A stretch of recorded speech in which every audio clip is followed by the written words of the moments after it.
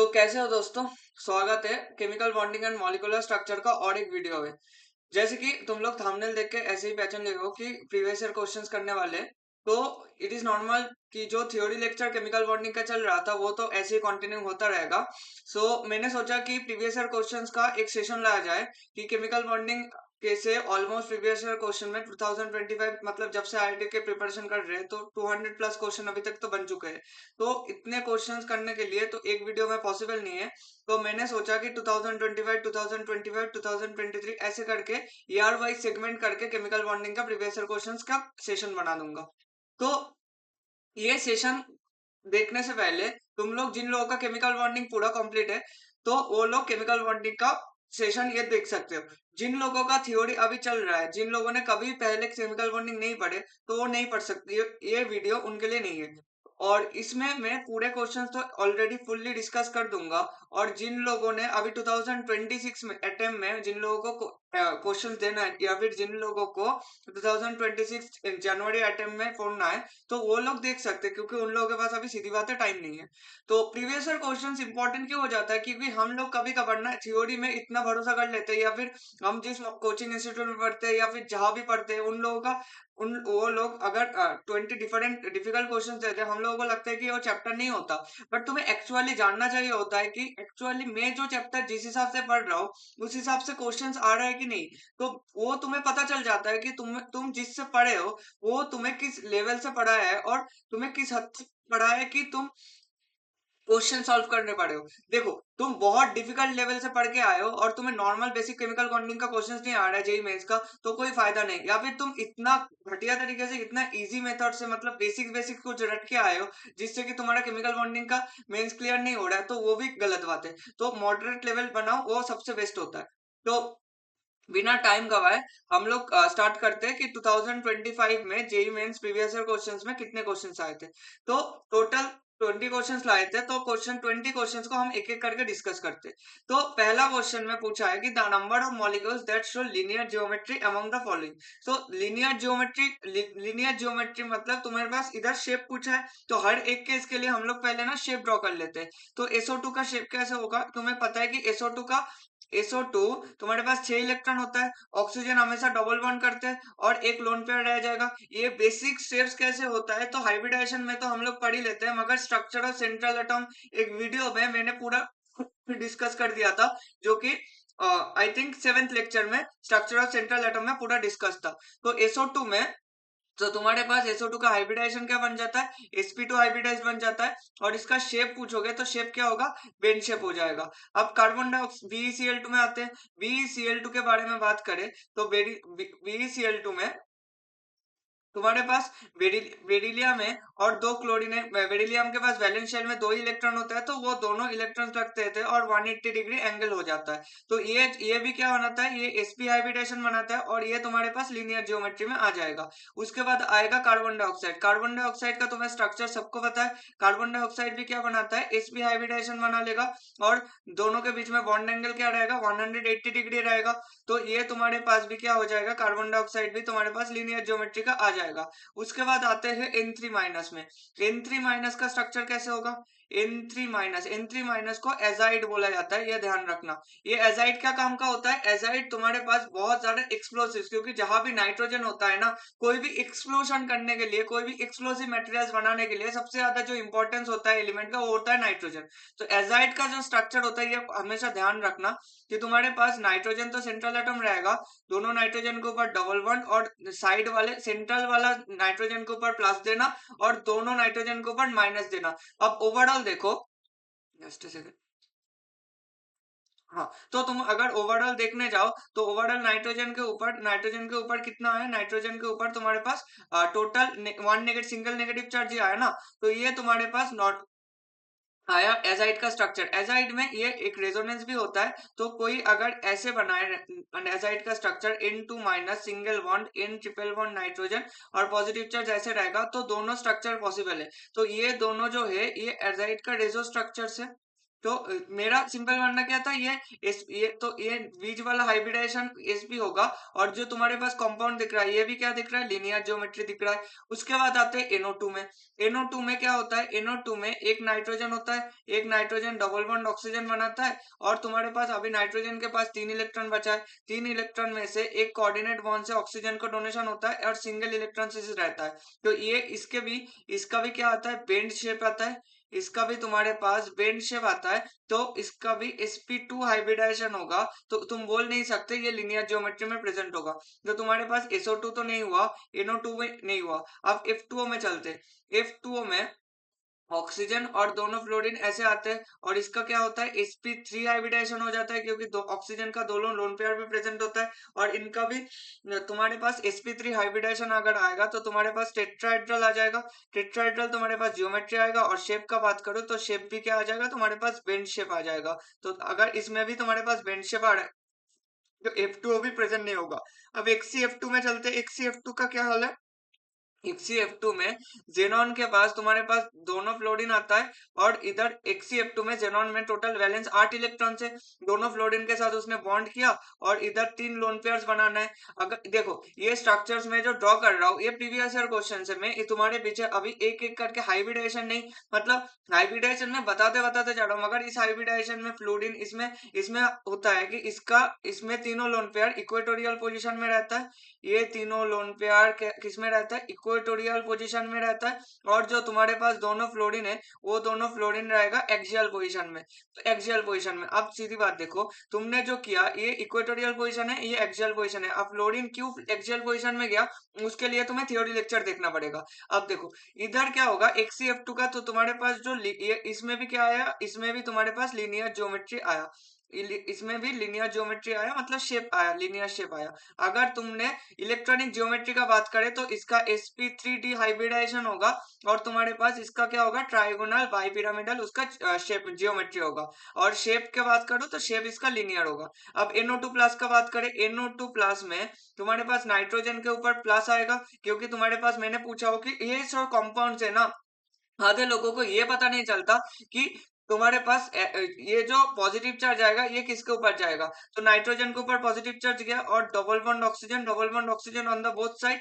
तो इधर नाइट्रोजन का वैलेंसी भी फुलफिल है, तो तुम्हारे पास इधर इसका भी क्या हो गया, लीनियर ज्योमेट्री हो गया, और इसका भी sp हाइब्रिडाइजेशन रहा। और तो XCF2 NO2 प्लस हो गया। I3 माइनस में चलते हैं। I3 माइनस में तुम्हारे पास आयोडीन जो है वो सेंट्रल एटम होगा, और दोनों दोनों आयोडीन। अब देखो तुम्हारे पास जो नेगेटिव चार्ज आएगा वो सेंट्रल एटम में आएगा।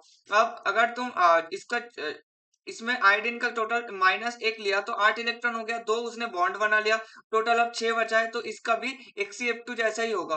XCF2 और I, मतलब देखो I3 माइनस में I ने एक नेगेटिव चार्ज लिया, I ने जब एक इलेक्ट्रॉन लिया तो ये जेनॉन में ही कन्वर्ट हो गया ना। तो I माइनस और जेनॉन में तो कोई डिफरेंस नहीं है ना इलेक्ट्रॉन्स काउंट में। तो I3 माइनस का भी तुम्हारे पास क्या आएगा, I3 माइनस का भी शेप के बारे में बात करोगे तो ये भी लीनियर शेप आएगा। ठीक है, इतना क्लियर हो गया। तो इसके बाद हम लोग चलते हैं I3 माइनस के बाद O3। तो O3 को हम लोग किस नाम से जानते हैं, ओजोन से नाम से जानते हैं। अब ओजोन का स्ट्रक्चर क्या होता है, ओजोन में भी एक डबल बॉन्ड ऐसे होता है, एक O माइनस होता है, और बीच में एक ऑक्सीजन प्लस होता है। तो इसमें क्या होगा, इसमें भी रेजोनेंस पॉसिबल है, ये इसका रेजोनेंस होता है। मगर इसका जो होता है, इसका ऑक्सीजन में देखो 1 2 3 इलेक्ट्रॉन हो गया।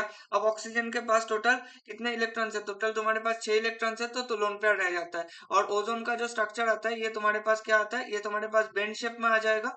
ये तुम्हारे पास बेंड शेप में आ जाएगा। तो इसके लिए हम लोग क्या बोलेंगे कि ओजोन भी तुम्हारे पास नहीं होगा। तो कितने स्ट्रक्चर्स पॉसिबल है, 1 2 3 4 5 6। तो तुम्हारे पास number of molecules that show linear geometry, तो तुम्हारे पास आंसर क्या हो जाएगा, 6 हो जाएगा। ठीक है, तो इसके बाद क्वेश्चन 2 में चलते हैं। क्वेश्चन 2 में पूछा है कि total number of non bonded electrons present in NO2 minus ion based in the Lewis theory concept. अब NO2 माइनस का, अब देखो NO2 माइनस का अगर ल्यूइस थ्योरी, मतलब ये ल्यूइस थ्योरी जो भी है, तुम पहले स्ट्रक्चर बनाना सीखो किसी भी मॉलिक्यूल का। अगर तुम्हें स्ट्रक्चर बनाना आता है तो तुम्हें सब कुछ आता है। NO2 माइनस का स्ट्रक्चर बनाने जाओगे तो नाइट्रोजन के ऊपर, अब देखो मैंने central atom structure central atom जो था वो बहुत इंपॉर्टेंट लेक्चर है, उसमें मैंने बताया था अगर किसी कंपाउंड के ऊपर तुम्हारे पास नेगेटिव चार्ज आ जाए, किसी कंपाउंड के ऊपर तुम्हारे पास नेगेटिव चार्ज आ जाए, और कंपाउंड में और मॉलिक्यूल में मॉलिक्यूल में तुम्हारा क्या प्रेजेंट है, मॉलिक्यूल में तुम्हारे पास ऑक्सीजन प्रेजेंट है, मॉलिक्यूल में तुम्हारे पास ऑक्सीजन प्रेजेंट है। तो तुम्हें तुम्हें नेगेटिव चार्ज किसके ऊपर देना है, तो तुम्हें नेगेटिव चार्ज ऑक्सीजन को देना है, ऑक्सीजन को देना है। ठीक है, तो ये तुम्हारे पास बेसिक फंडा है। अब देखो ये जो NO2 माइनस का स्ट्रक्चर सर, ये तो रटना ही है क्योंकि नेगेटिव चार्ज ऑक्सीजन के ऊपर, ये सब कुछ एक ट्रिक से होता है या नॉट ट्रिक, इसके ऊपर बेसिस पे थ्योरी है। तुम इसको नहीं बोल सकते कि ये तो रटना है, ये रटना कुछ नहीं होता है। एक बार सही तरीके से चलो, केमिस्ट्री में उतना दिक्कत नहीं आएगा। तो NO2 माइनस में तुम्हारे पास ऑक्सीजन डबल बॉन्ड में, दूसरा नेगेटिव चार्ज में होगा। तो अब तुम्हारे पास क्या होगा, ये जो स्ट्रक्चर है, अब देखो एक बॉन्ड, दो बॉन्ड, तीन बॉन्ड, और नाइट्रोजन के पास एक लोन पेयर अभी भी बचा है। अब क्वेश्चन में पूछा गया है, क्वेश्चन में कहीं भी सेंट्रल एटम मेंशन नहीं किया है, क्वेश्चन में कहीं भी सेंट्रल एटम तुम्हारे पास तो मेंशन नहीं किया है। सेंट्रल एटम अगर तुम्हारे पास मेंशन नहीं किया है, तो तुम ये बताओ, तो तुम्हारे पास जो नॉन बॉन्डेड इलेक्ट्रॉन्स होता है, नॉन बॉन्डेड इलेक्ट्रॉन्स मतलब जो कि कोई भी बॉन्ड में पार्टिसिपेट नहीं किया है, अगर कोई भी बॉन्ड में पार्टिसिपेट नहीं किया है। अब देखो नाइट्रोजन के पास, मतलब ये तुम्हारे पास सीधी सीधे बोल रहा है कि कितने number of lone pairs present है। अब लोन पेयर्स गिनने के लिए तुम ये करो, ऑक्सीजन के ऊपर जो डबल बॉन्डेड ऑक्सीजन है, ऑक्सीजन के ऊपर 8 इलेक्ट्रॉन्स फिल करने जाओ। देखो बॉन्डेड में 1 2 3 4 4 इलेक्ट्रॉन तो फिल हो गया, तो 5 6 7 8, तो 2 लोन पेयर आ जाएगा। इसमें देखो, इसमें 1 2 इलेक्ट्रॉन तो फिल हो गया, अब ऑक्टेट फिल करना है तो उसको 8 इलेक्ट्रॉन फिल करना है। 1 2 हो गया, तो 3 4 5 6 और 7 8, तो 3 लोन पेयर्स आ गया। तो और नाइट्रोजन के ऊपर एक लोन पेयर था ही था, क्योंकि देखो नाइट्रोजन ने 3 बॉन्ड बनाया, मतलब 6 इलेक्ट्रॉन्स का 6 बॉन्डेड इलेक्ट्रॉन्स हो गया, और तो एक लोन पेयर तुम्हारे पास रहेगा। तो तुम्हारे पास इस ऑक्सीजन का, इसको अगर O1 और O2 कर दूं, तो तुम्हारे पास ऑक्सीजन 1 के पास 2 लोन पेयर प्रेजेंट है, ऑक्सीजन 2 के पास तुम्हारे पास 3 लोन पेयर प्रेजेंट है, और तुम्हारे पास जो नाइट्रोजन था, नाइट्रोजन के पास एक लोन पेयर प्रेजेंट है। ठीक है, अब जो सोच रहा है कि भैया इधर तो रेजोनेंस भी पॉसिबल है, रेजोनेंस पॉसिबल होगा तो ऑक्सीजन 1 और ऑक्सीजन 2 में इंटरचेंज होगा, और इसके अंदर और कुछ, मतलब दिमाग मत लगाना कि ये घूम जाएगा, इसके अंदर ये हो जाएगा, वो हो जाएगा। तो तुम्हारे पास टोटल नंबर ऑफ जो रहेगा, total number of total number of non bonded electrons, non bonded electrons क्या आ जाएगा तुम्हारे पास, टोटल नंबर ऑफ 3 और 2 5 और एक 6, तो तुम्हारे पास 6 नॉन बॉन्डेड इलेक्ट्रॉन्स आ जाएगा। और नॉन बॉन्डेड, अच्छा नॉन बॉन्डेड 6 पेयर्स आया, तो तुम्हारे पास टोटल कितना आ जाएगा, टोटल इलेक्ट्रॉन्स आ जाएगा, total electron 6 into 2 equal to 12। I think ये क्वेश्चन में और कोई डाउट नहीं है, क्योंकि ये तो बहुत बेसिक सा सवाल था, और ये मेंस में उतना भी डिफिकल्ट क्वेश्चंस मतलब नहीं आते। ठीक है, तो उसके बाद चलते हैं क्वेश्चन नंबर 3 पे। तो क्वेश्चन नंबर 3 पे, arrange the following order in the increasing order of dipole moment. Increasing order of the dipole moment जब पूछा है, देखो HBr H2S NF3 CHCl3। अब इसमें कंपैरिजन करने जाओगे तो पहली बात तो HBr में एक एक का स्ट्रक्चर बना लेते हैं। HBr का स्ट्रक्चर ऐसे होगा, H2S का स्ट्रक्चर क्या होगा, H2S का स्ट्रक्चर ऐसे होगा। NF3 में नाइट्रोजन के ऊपर लोन पेयर रहेगा और तीनों फ्लोरीन ऐसे ऐसे है, तो NF3 का स्ट्रक्चर ऐसे है, सल्फर के ऊपर 2 लोन पेयर अभी भी प्रेजेंट है। उसके बाद तुम्हारे पास क्या है, CHCl3 है, CHCl3 में हाइड्रोजन बना लो, और इधर 3 क्लोरीन, 1 2 3, 3 क्लोरीन ऐसे प्रेजेंट है। अब देखो HBr में मैं अगर बोलूं, तो हाइड्रोजन के ऊपर डेल्टा प्लस डेल्टा माइनस आ जाता है, ये भी तुम्हारे पास क्या है, ये सबके साथ तुम्हारे पास क्या है, पोलर मॉलिक्यूल है, सारे के सारे मॉलिक्यूल इधर पे पोलर है। अब पोलरिटी में तुम्हें डाइपोल मोमेंट कंसीडर करने बोला है, तो ब्रोमीन खींचेगा, तो इधर तुम्हारे पास डाइपोल मोमेंट इस तरफ से एरो चला जाएगा। अब SH2 में देखो, अब हाइड्रोजन में, और हाइड्रोजन में सल्फर का इलेक्ट्रोनेगेटिविटी है, तो सल्फर का इलेक्ट्रोनेगेटिविटी ज्यादा होने के कारण इधर तुम्हारे पास ऊपर की तरफ जा रहा है, और तुम्हारे पास ये लोन पेयर जो है, लोन पेयर भी उस सेम डायरेक्शन में जाएगा। तो तुम्हारे पास जो नेट डाइपोल मोमेंट रहेगा, नेट डाइपोल मोमेंट का डायरेक्शन भी तुम्हारे पास ऊपर की तरफ है, जो कि कंट्रीब्यूट कर रहा है, 2 लोन पेयर्स भी कंट्रीब्यूट कर रहा है, और 2 हाइड्रोजन भी कंट्रीब्यूट कर रहा है।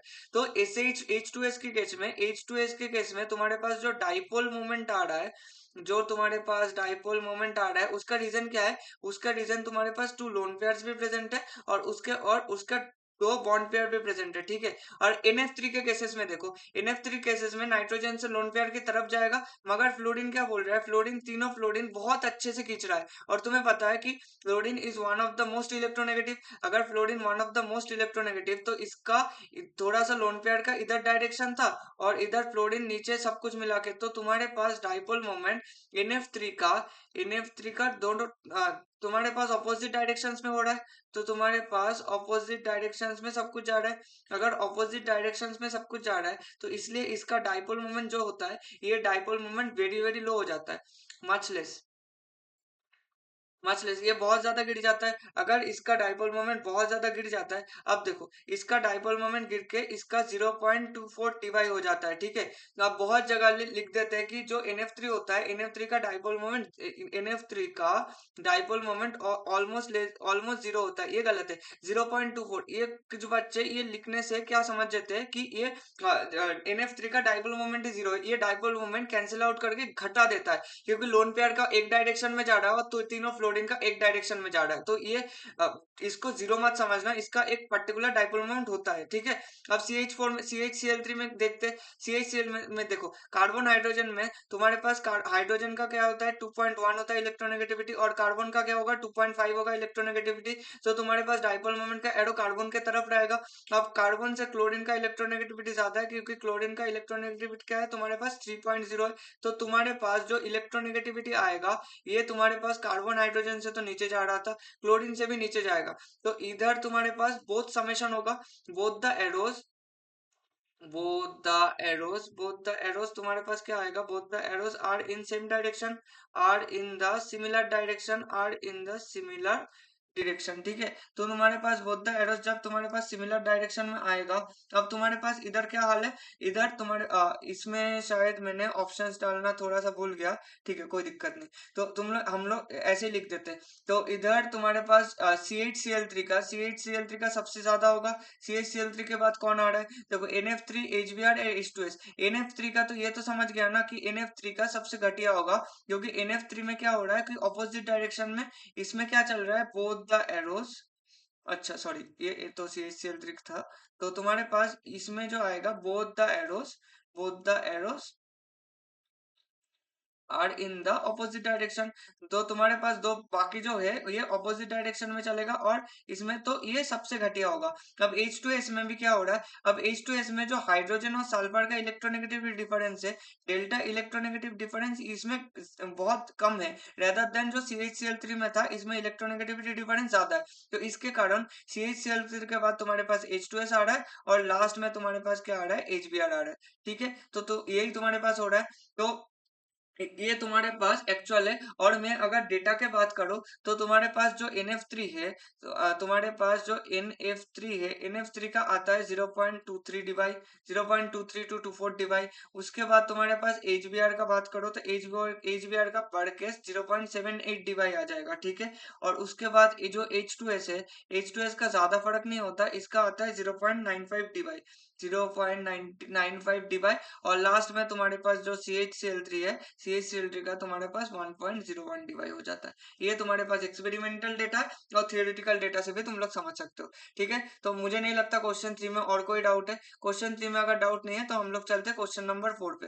क्वेश्चन नंबर 4 पे तुम्हारे पास देखो, match the list one with list two बोला है ना, तो तुम्हारे पास मॉलिक्यूल्स पहले ए ऑप्शन में मैं रीड कर देता हूँ, जिनको मुझे नहीं लगता कि देखने में दिक्कत होगा, फिर भी मॉलिक्यूल्स पहले ऑप्शन में क्या दिया है, जस्ट सेकंड, हाँ, molecules obeying octet rule. Option B में बोला है कि molecules with incomplete octet. Option C में molecules with incomplete octet with odd electron species. और डी में क्या बोला है, मॉलिक्यूल विथ एक्सपेंडेड ऑक्टेट। अब तुम्हारे पास अगर किसी पे octet rule, molecules obeying octet rule fill कर रहा है, तो तुमने सिंपली सेंट्रल एटम्स देखो ना, सेंट्रल एटम में देखो कि कौन कौन तुम्हारे पास 8 इलेक्ट्रॉन लेके बैठा है। अगर 8 इलेक्ट्रॉन लेके बैठा है, तो तुम उसको ऑक्टेट रूल फॉलो करा दो। उसके बाद molecules with incomplete octet, molecules with incomplete octet के बारे में अगर बात कर रहा है, तो मॉलिक्यूल्स विथ इनको मतलब हाइपोवैलेंट स्पीसीज होगा तुम्हारे पास।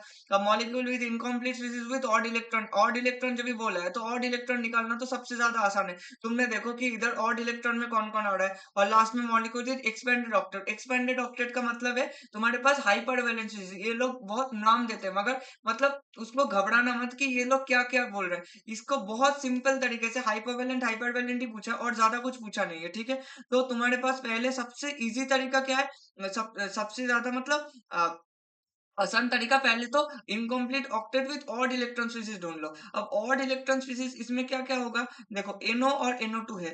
NO और NO2 में तुम्हारे पास पैरामैग्नेटिक कैरेक्टर होगा। देखो तुम अगर इलेक्ट्रॉन काउंट करने जाओगे तो नाइट्रोजन का आएगा 7 और दोनों ऑक्सीजन का मिला के एक ऑक्सीजन है, तो 7 और 8 15 इलेक्ट्रॉन है। तो जो मेरे पास NO है ये तुम्हारे पास 15 इलेक्ट्रॉन स्पीसीज है। अब 15 इलेक्ट्रॉन स्पीसीज होगा तो ये एक ना एक इलेक्ट्रॉन तो तुम्हारे पास पक्का बॉन्डेड तो नहीं होगा ना, तो ये तुम्हारे पास ऑड इलेक्ट्रॉन स्पीसीज आएगा। अब NO2 में देखो ये सिंपल तरीका होता है, लोग ये मॉलिक्यूलर ऑर्बिटल ड्रॉ करने स्टार्ट कर देगा कि ये पूरा हुआ कि नहीं। सबसे ज्यादा इंपॉर्टेंट है पहले इलेक्ट्रॉन काउंट करो। अब और नाइट्रोजन के NO2 में देखो 7 + 16, इसमें भी तुम्हारे पास क्या हो रहा है, 23 इलेक्ट्रॉन आ रहा है। तो अगर 23 इलेक्ट्रॉन आ रहा है, अब इसमें देखो कि NO और NO2 में इधर 15 इलेक्ट्रॉन है और तुम्हारे पास 23 इलेक्ट्रॉन है, तो तुम्हारे पास जो मॉलिक्यूल्स विद इनकम्प्लीट ऑक्टेट वो तुम्हारे पास फर्स्ट में चला जाएगा।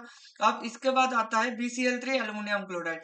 BCl3 और एल्युमिनियम क्लोराइड में मैं क्या बता सकता हूँ, BCl3 का अगर तुम स्ट्रक्चर बनाओगे बोरॉन क्लोरीन क्लोरीन, और बोरॉन के पास तुम्हारे पास 3 इलेक्ट्रॉन्स होता है, तो इसके पास टोटल 6 इलेक्ट्रॉन हुआ कि इसमें 2 इलेक्ट्रॉन बॉन्डेड है, इसमें 2 इलेक्ट्रॉन बॉन्डेड है, इसमें 2 इलेक्ट्रॉन बॉन्डेड है। और एल्युमिनियम क्लोराइड की भी बात करो तो एल्युमिनियम क्लोराइड भी ये सब ब्रिज बॉन्डिंग बना के रखते हैं, क्योंकि ये सब स्टेबल ही नहीं होता।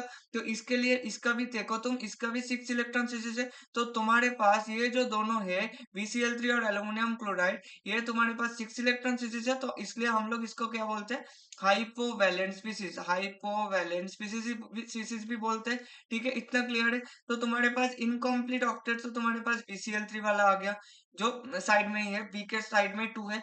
अब मॉलिक्यूल्स H2SO4 और PCl5, H2SO4 और PCl5, H2SO4 PCl5 का अगर स्ट्रक्चर बनाओगे तो PCl5 का स्ट्रक्चर आएगा, ये आएगा तुम्हारे पास ट्राइगोनल बाइपिरामिडल ज्योमेट्री शो करता है। अब ट्राइगोनल बाइपिरामिडल ज्योमेट्री तो शो करता है, इधर देखो फास्फोरस के साथ तुम्हारे पास 5 क्लोरीन क्लोरीन एटम्स बाउंडेड है। अगर 5 क्लोरीन एटम्स बाउंडेड है, तुम्हारे पास टोटल सेंट्रल एटम में 10 इलेक्ट्रॉन है, तो 10 इलेक्ट्रॉन्स आएगा, 10 इलेक्ट्रॉन्स। और तुम्हारे पास ऑक्टेट फिल करने तो 8 इलेक्ट्रॉन चाहिए ना, तो तुमने ज्यादा 2 इलेक्ट्रॉन ज्यादा लिया, तो इसलिए हम लोग इसको क्या बोल देंगे, इसको बोल देंगे हाइपर वैलेंट स्पीसीज, इसको बोलेंगे हाइपर वैलेंट स्पीसीज। तो इसको हाइपर वैलेंट स्पीसीज बोल देंगे। इसके बाद H2SO4 का भी स्ट्रक्चर बना हो तो H2SO4 का सल्फर के पास 2 ऑक्सीजन और इधर एक OH आ जाएगा, इधर एक OH आ जाएगा। इसका क्या होगा, इसका टेट्राहेड्रल शेप होगा।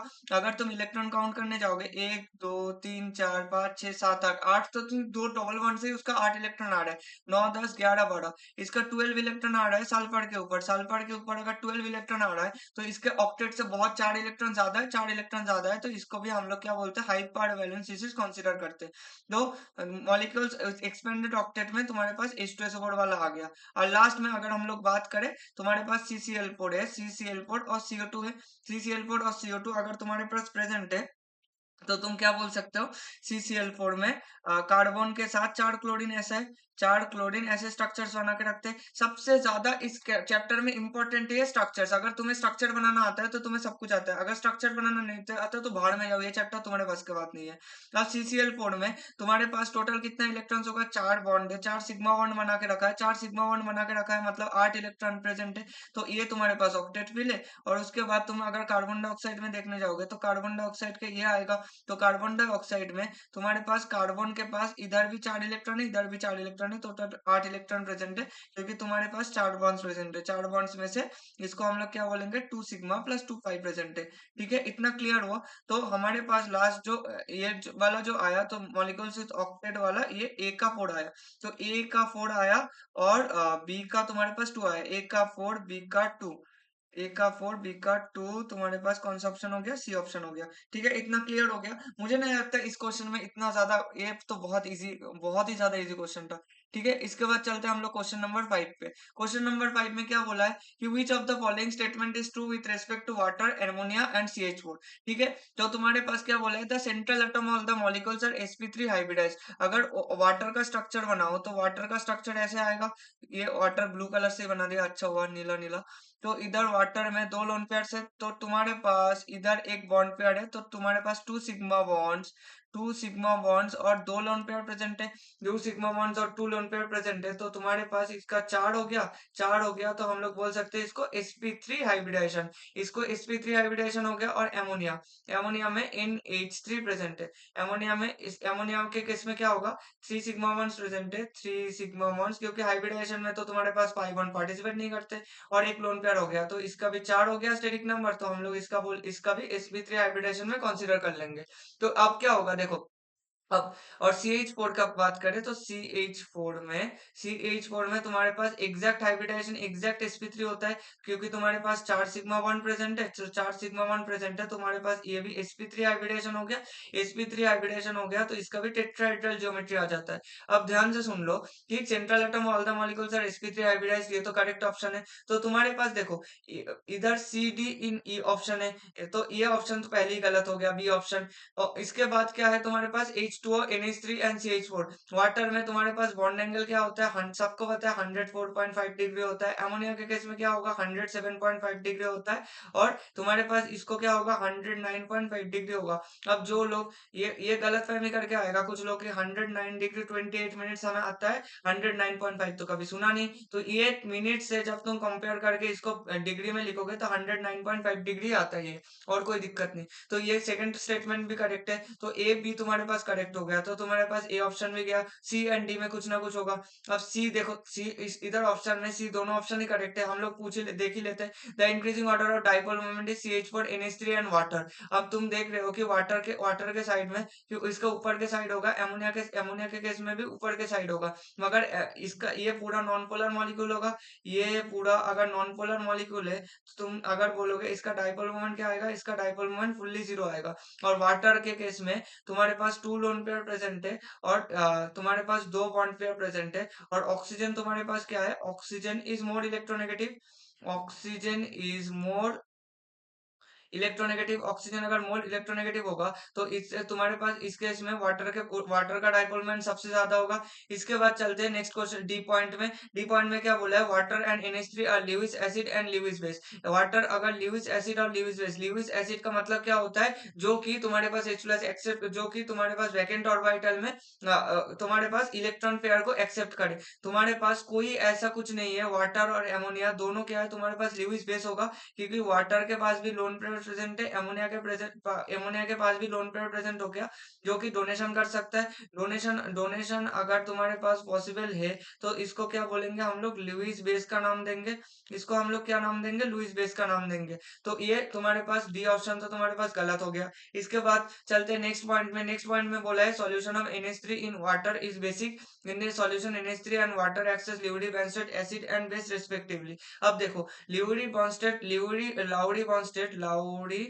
ब्रॉन्स्टेड, सॉरी लिउडी बोल दिया, Lowry Bronsted base and acid का मतलब क्या होता है, Lowry Bronsted base and acid का तुम जब बात करोगे, देखो इसका सिंपल फंडा है कि जो लाउडी ब्रॉन्स्टेड होता है, अगर कोई लाउडी ब्रॉन्स्टेड बेस है, वो क्या करेगा, ये readily accept, it can it can readily accept a lone pair it can readily accept H plus, हम लोग H plus के बारे में बात करेंगे। तो NH3 तुम्हारे पास जो है, NH3 तुम्हारे पास एक लोन पेयर होता है, तो लोन पेयर ये H plus को इलेक्ट्रॉन डोनेशन करता है, और इलेक्ट्रॉन डोनेशन करके ये NH4 plus बना सकता है। अगर NH4 plus बना दिया, तो ये एक इलेक्ट्रॉन एक H plus को एक्सेप्ट किया, तो इसको हम लोग क्या बोलेंगे, लाउडी ब्रॉन्स्टेड एसिड बोल देंगे, ठीक है। तो इधर मेरे पास क्या हो गया, हाँ, इसके पास अब वाटर तुम्हारे पास क्या हो जाएगा, वाटर ने क्या किया, अब तुम इसको देखो कि NH3 प्लस प्लस वाटर में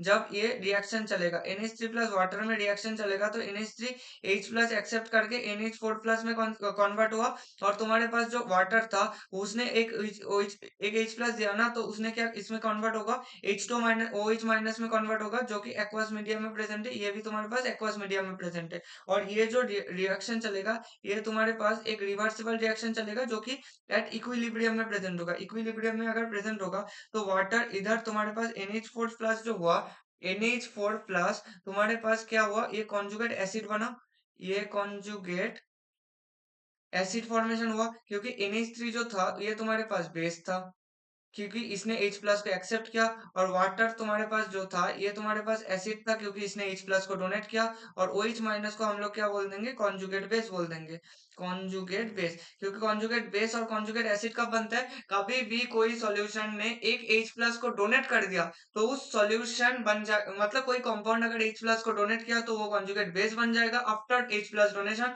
और जो H प्लस एक्सेप्ट करेगा वो आफ्टर एक्सेप्टेंस क्या बन जाएगा, कॉन्जुगेट एसिड बन जाएगा। अब देखो NH3 तुम्हारे पास क्या था, ब्रॉन्ज एसिड था, NH3 तुम्हारे पास बेस था, मगर इधर एसिड लिखा है, अगर इसको इंटरचेंज कर देता तो ये स्टेटमेंट सही हो जाता। तो A B and C are the correct statements, तो तुम्हारे पास इधर C ऑप्शन करेक्ट हो जाएगा।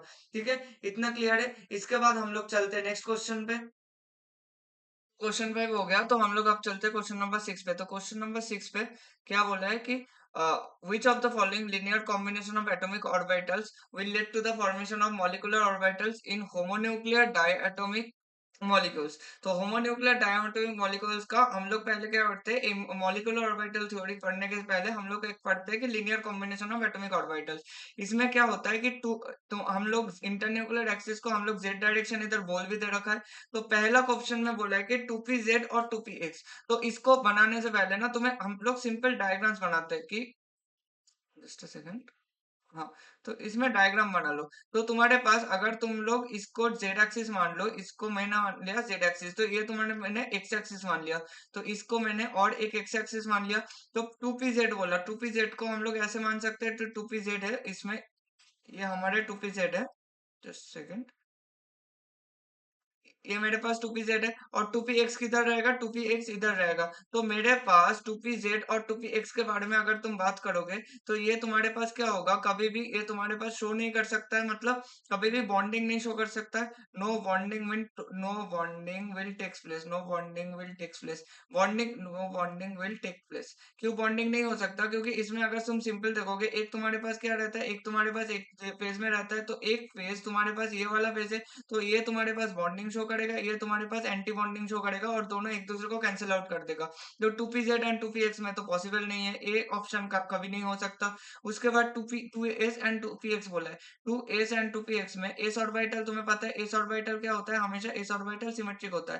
तो एस ऑर्बिटल मैंने बना दिया, और उसके साथ साथ तुमने क्या लिया, 2px को लिया। 2px तुम्हारे पास क्या रहेगा, 2px तुम्हारे पास मान लो टू पी एक्स तुम्हारे पास इधर रहेगा, तो 2s और 2px, तो 2px में तुम्हारे पता है कि ये तुम्हारे पास जेड एक्सिस का डायरेक्शन है, और तुम्हारे पास एक्स एक्सिस का डायरेक्शन है। ये मत सोचना कि तुम लोग एक्स एक्सिस को घुमा के सोचोगे, इधर डायरेक्शन इसने फिक्स कर दिया रखा है। तो 2s में तुम्हारे पास मान लो ये पूरे पास जीरेट सिमेट्री का है, तो तुम्हारे पास पूरा के पूरा सेम पेज में प्रेजेंट है, और इधर तुम्हारे पास एक क्या है, एक्स एक्स में, और तुम्हारे पास नीचे वाला जो है तुम्हारे पास डिफरेंट पेज में प्रेजेंट है। तो ये इसके साथ तो बॉन्डिंग कर लेगा, मगर इसके साथ एंटी बॉन्डिंग कर लेगा। तो इस केस में भी, बी ऑप्शन में भी, 2s और 2px में तुम्हारे पास क्या हो रहा है, no bonding will takes place, ये भी तुम्हारे पास कोई बॉन्डिंग नहीं होगा इसमें भी। इसके बाद 3d xy और 3d x² minus Y square में अगर तुम देखने की कोशिश करोगे, मान लो ये तुमने बनाया, जेड एक्सिस मैंने मान लिया, इसको अगर हम लोग जेड एक्सिस मान लिए, जस्ट अ सेकंड, इधर मैंने इसको लिया, और इधर और एक मुझे, हम्म, ये तुम्हारे पास हम लोगों ने ऊपर वाला, मैंने क्या किया, ऊपर वाला जो था इसको जेड एक्सिस मान लिया। अब इसको एक मिड पॉइंट है, ये एक मिड पॉइंट है। अब ध्यान से सुनो, अगर ये तुम्हारे पास जेड एक्सिस है, इस लाइन को मैं क्या बोलूंगा, इस लाइन को एक्स एक्सिस बोलूंगा, और दूसरे इस लाइन को क्या बोलूंगा, इस लाइन को वाई एक्सिस बोलूंगा। ये लाइन को भी क्या होगा, ये लाइन तुम्हारे पास वाई एक्सिस हो जाएगा। अब तुम लोग किसी को भी मान लो, पहले अगर 3d xy को मानना है, तो 3d xy क्या होगा, 3d xy कहाँ पर रहता है, ये नॉन एक्सियल होता है, ये तुम्हारे पास क्या होगा, नॉन एक्सियल ऑर्बिटल्स होगा। ये तुम्हारे पास नॉन एक्सियल ऑर्बिटल्स है, और तुम अगर नीचे जाओगे तुम्हारे पास क्या आएगा, 3d x² minus Y square आएगा। 3d x² minus Y square तुम्हारे पास क्या है, एक्सियल ऑर्बिटल्स प्रेजेंट है। तो तुम्हारे पास एक नॉन एक्सियल ऑर्बिटल है, एक एक्सियल ऑर्बिटल्स है। अब नॉन एक्सियल ऑर्बिटल्स क्या रहेगा, ऐसे ऐसे ऐसे बना के रहेगा, और एक्सियल ऑर्बिटल्स की बात करोगे तो एक्सियल ऑर्बिटल्स इधर इधर इधर और इधर रहेगा, और वो भी क्या रहेगा, जीरेट सिमेट्री में रहेगा। तो इसका इसका अगर तुम 90 डिग्री में जीरेट सिमेट्री में जाओगे, तो इसका प्रोजेक्शन कहाँ आएगा, इसके बीच में आएगा, मगर इसके बीच में तो कोई लोब्स ही प्रेजेंट नहीं है, तो इसमें भी तुम्हारे पास क्या होगा, कोई कोई तुम्हारे पास बॉन्डिंग नहीं हो सकता, कोई भी मॉलिक्यूलर ऑर्बिटल फॉर्मेशन नहीं हो सकता। इसमें भी no molecular orbital formation, no molecular orbital formation, कोई और मॉलिक्यूलर ऑर्बिटल का फॉर्मेशन पॉसिबल नहीं है। इसके बाद हम लोग चलते हैं कि 2s एंड 2px का। 2s एंड 2px का अगर तुम देखोगे, ये तुम्हारे पास 2s ऑर्बिटल था, तुम्हारे पास अगर तुम 2s बनाओगे, और ये तुम्हारे पास 2p sorry 2s and 2pz बोला है, तो ये हम लोग अगर z एक्सिस मान ले, ये तुम्हारे पास x एक्सिस है, अब तो तुम्हारे पास ये क्या होगा, ये तुम्हारे पास p ऑर्बिटल आ गया जो कि z डायरेक्शन में है। इसको अगर हम लोग मान ले कि ये एक फेज में, ये शेडेड फेज में प्रेजेंट है, तो ये वाला भी हम लोग शेडेड फेज में बना सकते हैं, और दूसरे वाला तुम्हारे पास अनशेडेड फेज में हो जाएगा। तो इसका अगर जब ये दोनों कंबाइन होकर मॉलिक्यूलर ऑर्बिटल बनाएंगे, ये तुम्हारे पास न्यूक्लियस ग्रीन से जो है, ये तुम्हारे पास न्यूक्लियस प्रेजेंट है, तो न्यूक्लियस के बीच में मेरे पास क्या हो जाएगा, न्यूक्लियस के बीच में इलेक्ट्रॉन डेंसिटी फैल जाएगा। इसको हम लोग बोलते हैं कि मॉलिक्यूलर ऑर्बिटल का फॉर्मेशन हुआ, और तुम्हारे पास थोड़ा सा ये भी इधर रह जाएगा जो कि अनशेडेड पार्ट वाला था। तो ये तुम्हारे पास एक बॉन्डिंग मॉलिक्यूलर ऑर्बिटल फॉर्मेशन हो सकता है। तो तुम्हारे पास डी ऑप्शन तो आ जाएगा। देखो अब सी एंड डी में ये ई ऑप्शन भी देख लेते हैं, 2pz and 3d x² - y²। ये देखो 3d x² - y² तो बना बना हुआ है। अब इसके ऊपर भी हम लोग इसके ऊपर अगर बनाना चाहे कि 2pz को अगर बनाने की कोशिश करोगे, जस्ट अ सेकंड, हाँ, 2pz को अगर बनाने की कोशिश करोगे, ये तुम्हारे पास लाइन है, 2pz भी ऊपर आएगा। अब ऊपर आने, इधर देखो ध्यान से सुनो, इसको अगर तुम शेडेड बनाओगे, इसमें क्या होगा, इसको तो तुम शेडेड बना दोगे, इसको तुम शेडेड बना दोगे, बाकी दोनों क्या रहेगा, बाकी दोनों तुम्हारे पास डिफरेंट शेडेड रहेगा। इसको तुम अगर इससे शेड करोगे, ये इससे शेड होगा, तो ग्रीन से, दो ग्रीन से के साथ तो बहुत अच्छे से मिक्सअप हो जाएगा, मगर दो रेड के साथ वो कैंसिल आउट हो जाएगा। तो इसमें भी no molecular orbital formation takes place, no molecular orbital formation takes place। कोई भी ये पॉसिबल नहीं हो। अगर ये पॉसिबल नहीं है, तो हम लोग क्या बोल सकते हैं, तो फर्स्ट ऑप्शन तुम्हारे पास ए डी ओनली वही करेक्ट होगा। इतना क्लियर है। इसके बाद हम लोग चलते हैं क्वेश्चन नंबर 7 पे। क्वेश्चन नंबर 7 में क्या बोला है कि experimentally determined oxygen oxygen bond length in O3 are found to be same and the bond length is smaller than that of a oxygen oxygen double bond but less than that of a oxygen oxygen single bond. अगर तुम ozone का structure बनाने लग जाओगे, तो ozone का structure लगभग ऐसे आता है। इसको इसको हम लोग बोलते हैं कि एक कोऑर्डिनेट बॉन्ड से ऑक्सीजन ने डोनेट किया। अब 1 2 3 था, और 3 4, और इधर तुम्हारे पास 5 6, एक लोन पेयर ऑफ इलेक्ट्रॉन्स था। अब देखो ध्यान से सुनो कि आप बात करने की कोशिश कर रहे हो। अब इसको तुम, ये तुम्हारे पास क्या है, कोऑर्डिनेट बॉन्ड फॉर्मेशन है। कोऑर्डिनेट बॉन्ड फॉर्मेशन किया, कोऑर्डिनेट बॉन्ड फॉर्मेशन है किया। अब इसको जब तुम, कोऑर्डिनेट बॉन्ड बेसिकली क्या होता है, पोलर कोवेलेंट बॉन्ड होता है। पोलर कोवेलेंट बॉन्ड का फॉर्मेशन होता है, पोलर कोवेलेंट बॉन्ड्स होता है। अगर पोलर कोवेलेंट बॉन्ड है, तुम इसको किस हद से रिप्रेजेंट कर सकते हो, इसके ऊपर प्लस लगा दो, ये डबल बॉन्ड जैसा था, और इस ऑक्सीजन के ऊपर माइनस लगा दो। अब देखो ये इधर आ सकता है और ये खुल सकता है। अगर ये ऐसे खुल सकता है, तुम देखो, अगर नॉर्मल डबल बॉन्ड के साथ कंपेयर करोगे, ये तुम्हारे पास क्या है, ये तुम्हारे पास ओटो मॉलिक्यूल है, और तुम्हारे पास ऊपर वाला जो था, ये तुम्हारे पास ओजोन मॉलिक्यूल था, O3 था। अब ध्यान से इस बात के सुनो, ये तुमने बोला है कि जो ऑक्सीजन ऑक्सीजन डबल बॉन्ड है, वो are found to be same, तो ये सेम तो नहीं होगा, are found to be same and the bond length is greater. तो determined oxygen bond length in O3 are found to be same and the bond length is greater than the oxygen double bond but less than that of a single bond। ये तो तुम्हारे पास क्या है, तुम्हारे पास पहला statement सही है, क्योंकि ऑक्सीजन ऑक्सीजन का जो, इसमें अगर तुम बॉन्ड ऑर्डर कैलकुलेट करोगे, तो बॉन्ड ऑर्डर हमेशा 2 आएगा। और इसमें तुम्हारे पास क्या पॉसिबल है, तुम्हारे पास रेजोनेंस पॉसिबल हो जाता है जब तुम इसको खोल के लिखोगे, जो डोनेशन करता है उसके ऊपर पॉजिटिव आता है, और जो एक्सेप्ट करते हैं उसके ऊपर नेगेटिव आता है। तो इसमें रेजोनेंस पॉसिबल है, और रेजोनेंस पॉसिबल होने के कारण इधर तुम जब रेजोनेंस हाइब्रिड बनाने जाओगे, तो ये तुम्हारे पास रेजोनेंस हाइब्रिड का स्ट्रक्चर आता है, और इधर तो इसमें हर एक सिंगल बॉन्ड का बॉन्ड ऑर्डर क्या आएगा, 1.5 के थ्रू आता है। तो अगर इसमें एक एक का 1.5 आता है, तो तुम क्या बोल सकते हो कि bond length is greater than that of oxygen oxygen double bond, क्योंकि इसका बॉन्ड ऑर्डर अगर 1.5 है, तो इसका बॉन्ड लेंथ क्या हो जाएगा, बॉन्ड लेंथ सही हो जाएगा, बॉन्ड लेंथ ज्यादा हो जाएगा। तो स्टेटमेंट 1 मेरे पास क्या है, स्टेटमेंट 1 मेरे पास करेक्ट है। तो इसके बाद स्टेटमेंट 2 में चलते हैं। स्टेटमेंट 2 में बोला है कि strong lone pair repulsion between oxygen atoms is solely responsible for the fact that the bond length is oxygen is smaller than that of a double bond. ये तुम्हारे पास कोई solely responsible नहीं होता। तुम अगर सोच के देखो तो ये जो लोन पेयर है, ये जो लोन पेयर है, इन दोनों लोन पेयर के अंदर बहुत कम घटिया रिपल्शन होता है। रिपल्शन तो होता है, मैं ये नहीं बोलूंगा रिपल्शन नहीं होता। इसमें क्या होगा, इसमें तुम्हारे पास रिपल्शन फैक्टर आएगा, रिपल्शन फैक्टर मगर बहुत कम होगा। तो इसके ऊपर तुम्हारे पास अगर बॉन्ड लेंथ कंपैरिजन में जाओगे तो बॉन्ड लेंथ कंपैरिजन में तुम्हारे पास पहला फैक्टर क्या आता है, तुम्हारे पास इसका कंपेयर करने के लिए तुम्हारे पास जो फर्स्ट फैक्टर आएगा वही आएगा बॉन्ड ऑर्डर। बॉन्ड ऑर्डर जब तुम देखने जाओगे, बॉन्ड ऑर्डर के केस में तुम्हारे पास पहला जो आएगा वो ये रेजोनेंस फैक्टर आएगा। रेजोनेंस फैक्टर से तुम पहले से देख सकते हो कि इसका बॉन्ड ऑर्डर 1.5 है और दूसरे का बॉन्ड ऑर्डर तुम्हारे पास 2 है। तो जिसका बॉन्ड ऑर्डर 1.5 है उसका बॉन्ड लेंथ ऑब्वियसली उसका बॉन्ड लेंथ ज्यादा होगा।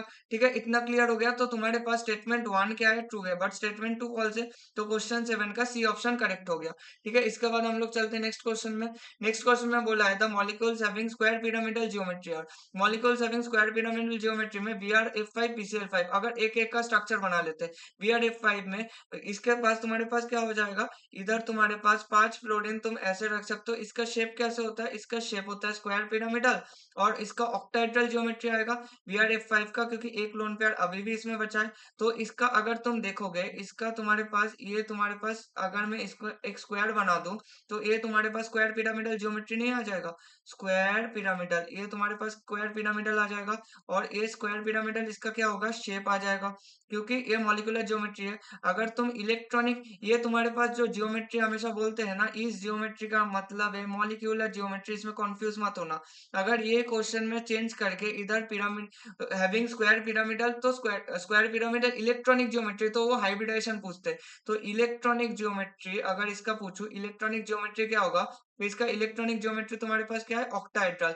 मगर इसका शेप और या फिर मॉलिक्यूलर ज्योमेट्री क्या होगा, मॉलिक्यूलर ज्योमेट्री का ही नाम है शेप। तो इसका शेप तुम्हारे पास क्या होगा, स्क्वायर पिरामिडल होगा। तो Br F5 जहां वहां भी होगा उधर हो सकता है। अब PCl5 का पूछा है, PCl5 का क्या होगा, PCl, इधर दोनों क्लोरीन, पांच तीनों क्लोरीन इक्वेटोरियल में, दोनों एक्सियल में। तो ये इसका तुम्हारे पास क्या होगा, इसका स्क्वायर पिरामिडल नहीं होता, इसका क्या होता है तुम्हारे पास ट्राइगोनल बाई पिरामिडल। तो ट्राइगोनल बाई पिरामिडल हो जाएगा। तो जहां जहां भी तुम्हारे पास PCl5 दिख रहा है, PCl5 तो पॉसिबल नहीं होगा। इसके बाद Br F5 तो पॉसिबल है। इसके बाद हम लोग चलते हैं एक्जिओ F4 में। एक्जिओ F4 में अगर चलोगे तो एक्जिओ F4 में ऑक्सीजन के साथ ऑक्सीजन का डबल बॉन्ड बन जाएगा और 4 फ्लोरीन है, 4 फ्लोरीन का ऐसे ऐसे 4 फ्लोरीन एक प्लेन में आएगा और तुम्हारे पास जो लोन पेयर बचा है उसको तुम नीचे एक्सियल में दे दो। तो इसके भी सेम, अगर तुम चारों फ्लोरीन को लेके एक स्क्वायर बनाओगे तो तुम्हारे पास इधर क्या हो जाएगा, इधर भी तुम्हारे पास स्क्वायर पिरामिडल ज्योमेट्री आएगा। स्क्वायर पिरामिडल तुम्हारे पास क्या आएगा, स्क्वायर पिरामिडल ज्योमेट्री आ जाएगा। स्क्वायर पिरामिडल तुम्हारे पास क्या आ जाएगा, शेप आ जाएगा। ठीक है, इतना क्लियर है। तो एग्जिट ऑफ F4 तो पॉसिबल है। और इसका भी सेम, अगर मैं इसको इलेक्ट्रॉनिक ज्योमेट्री का बात करूं, इलेक्ट्रॉनिक ज्योमेट्री, इसका इलेक्ट्रॉनिक ज्योमेट्री तुम्हारे क्या पास आएगा, इलेक्ट्रॉनिक ज्योमेट्री भी इसका ऑक्टाहेड्रल आएगा। ठीक है, इतना क्लियर है।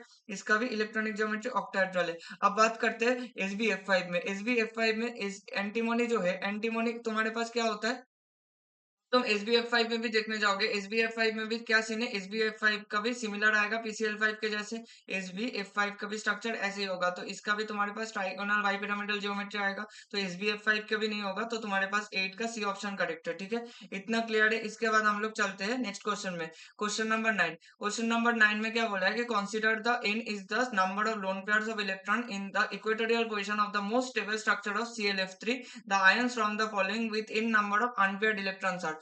इन नंबर ऑफ अनपेयर्ड इलेक्ट्रॉन्स पूछा है। तो जब भी ClF3 का पहले स्ट्रक्चर बना लेते हैं, अगर ClF3 का स्ट्रक्चर देखने जाओगे तो तुम्हारे पास क्लोरीन है, तो तुम्हारे पास दो फ्लोरीन ClF3 का जो तुम्हारे पास हाइब्रिडाइजेशन क्या होगा, ट्राइगोनल ट्राइगोनल बाइपिरामिडल होगा। ट्राइगोनल बाइपिरामिडल अगर इसका हाइब्रिडाइजेशन है तो तुम ध्यान से सुनो, इसका तुम्हारे पास क्लोरीन का 3 लोन पेयर तुम्हारे पास इसमें आ जाएगा। अगर 3 लोन पेयर तुम्हारे पास इक्वेटोरियल पोजीशन में 3 लोन पेयर आ रहा है, सॉरी क्या बना रहा हूँ, ClF3 है ना, जस्ट अ सेकेंड। एक तुम्हारे पास फ्लोरीन अभी भी है और तुम्हारे पास दो लोन पेयर इधर आ रहा है इक्वेटोरियल पोजीशन में और एक फ्लोरीन इधर आ रहा है। और याद रखना दोनों एक्सियल पोजीशन है। इसमें मैंने इक्वेटोरियल को ज्यादा ही लंबा खींच दिया, ये बहुत ज्यादा छोटा होता है। ठीक है, इतना क्लियर है। अगर इतना क्लियर है, इसके बाद देखो, इसके बाद क्या पूछा है कि इक्वेटोरियल पोजीशन में तुम्हारे पास कितने लोन पेयर प्रेजेंट है, नंबर ऑफ लोन पेयर। तो number of lone pairs number of lone pairs in the equatorial position.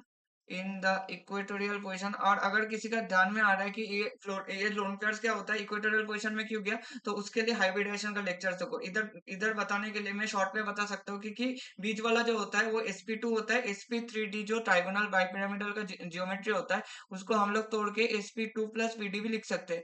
अब इसमें एस कैरेक्टर ज्यादा होता है और ये sp2 ही रिस्पॉन्सिबल होता है तुम्हारे पास ट्राइगोनल प्लेनर ज्योमेट्री बनाने के लिए। और इसमें तुम्हारे पास percentage 33 character percentage S character रहता है, उसके वजह से तुम्हारे पास लोन पेयर सबसे पहले इक्वेटोरियल पोजीशन को घेरते हैं। ठीक है, तो number of lone pairs in the equatorial position क्या हो जाएगा, ये तुम्हारे पास 2 है। अब तुम्हारे पास ये चेक करने बोला है कि वेनेडियम 3+ टाइटेनियम 3+ इन सबसे अगर वेनेडियम 3+ में जाओगे तो तुम्हारे पास वेनेडियम 3+ का इलेक्ट्रॉनिक कॉन्फ़िगरेशन जब तुम देखने लगोगे, इलेक्ट्रॉनिक कॉन्फ़िगरेशन तुम्हारे पास क्या आएगा वेनेडियम 3+ का। अगर वेनेडियम तो इसका तुम्हें पता है कि स्कैंडियम आता है पहले, उसके बाद टाइटेनियम आता है, vanadium, chromium, manganese, ferrum, cobalt nickel, copper, zinc, ये तुम्हें चाहिए। अब इसके लिए ना इसका रखना बहुत इजी है। तुम इससे स्टार्ट करो 3d1 4s2 से। अब ये 4s2 तो कॉमन है, इसके बाद ये 3d2 हो जाएगा, ये 3d3 हो जाएगा, और जो भी इलेक्ट्रॉन निकलेगा वो पहले 4s से निकल जाएगा। तो वेनेडियम 3+ का तुम्हारे पास क्या हो जाएगा, इधर तुम्हारे पास 4s से तो दोनों इलेक्ट्रॉन निकल गया, तो तुम्हारे पास 3d1 बचेगा।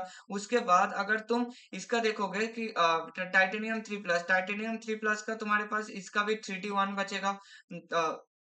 हाँ, इसके बाद सॉरी इसका 3d2 बच रहा है ना, इसका 3d2 टाइटेनियम कॉपर 2+ में बचोगे, कॉपर 2+ का 3d9 होता है। और निकेल 2+ में अगर बात करना चाहो तो इसका 3d8 बचेगा। और लास्ट में अगर टाइटेनियम 2+ का देखोगे तो टाइटेनियम 2+ का भी 3d2 बच रहा है। तो नंबर ऑफ अनपेयर्ड इलेक्ट्रॉन्स देखने जाओगे तो नंबर ऑफ अनपेयर्ड इलेक्ट्रॉन्स इसका 2 आ रहा है, इसका 1 आ रहा है, इसका 1 आ रहा है, इसका 2 आ रहा है, और इसका भी 2 आ रहा है। अब जिसको पता नहीं है इसको डी ऑर्बिटल्स का फुलफिल करो, डी इलेक्ट्रॉन्स में पुट करो। अगर मैं इसका 9 इलेक्ट्रॉन्स फिल करने जाऊँ, 1 2 3 4 5 6 7 8 और 9, तो इधर तुम्हारे पास ये एक इलेक्ट्रॉन ही अनपेयर्ड रहेगा ना, इस हिसाब से मैंने कैलकुलेट किया। तो नंबर ऑफ अनपेयर्ड इलेक्ट्रॉन्स किस में आ रहा है, number of electrons unpaired electron same तुम्हारे पास vanadium 3+ titanium 3+ sorry vanadium 3+ nickel 2+ and titanium 2, मतलब A D and E, A D and E, मतलब तुम्हारे पास जो बी वाला ऑप्शन है वो तुम्हारे पास सही हो जाएगा। ठीक है, इतना क्लियर है, इतना क्लियर है। तो हम लोग चलते हैं क्वेश्चन नंबर 10 पे। क्वेश्चन नंबर 10 में क्या बोला है कि consider the following molecule CH3CH2।